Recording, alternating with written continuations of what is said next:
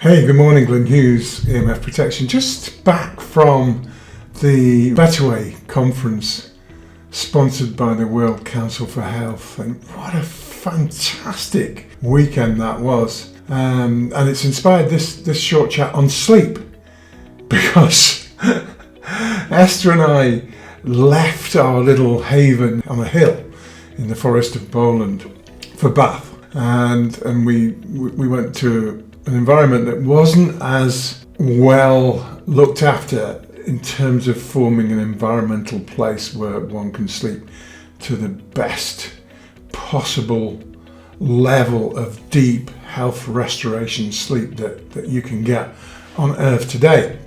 That's where, we live in this place, and we went out of it and we just didn't sleep.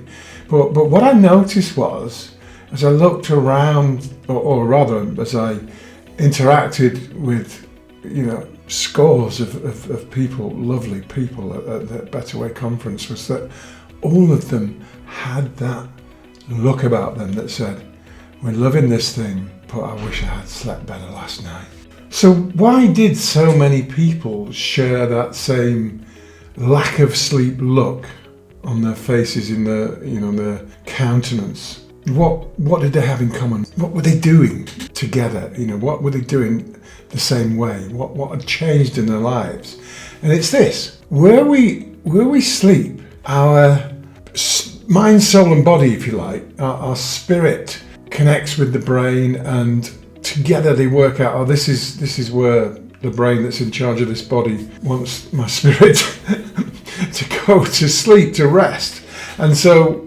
And we're used to it, the bed, the light, the noise, and all of that comes together, and that's where we sleep. And when we move out of that and we go to a different environment, then it's not quite as easy. But the other thing that's happening that almost nobody thinks about is the electromagnetic frequencies are different.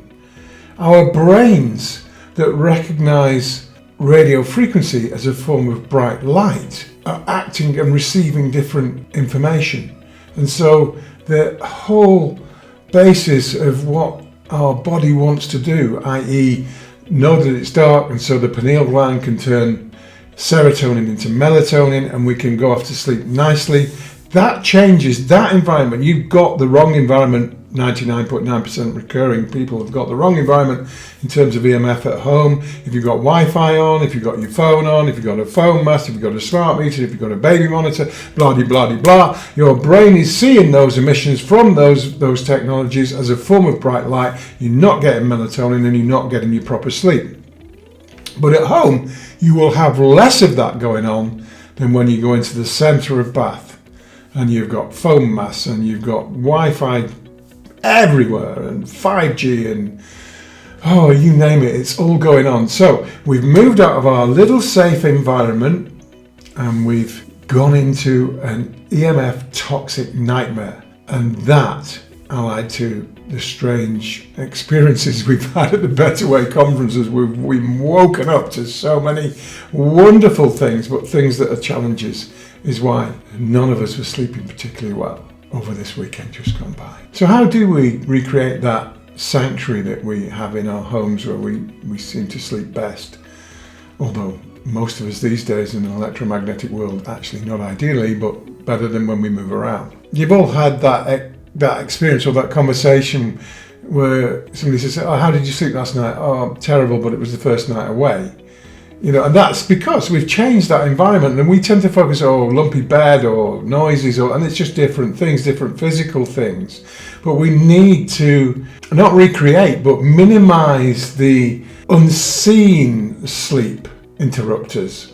And the biggest one of those, I believe, in 19 years I've been helping people sleep around EMFs, and I'm convinced with 10,000 clients that will back me up on this, maybe not all of them, but the vast majority of them, that the unseen electromagnetic world is the biggest interrupter of sleep.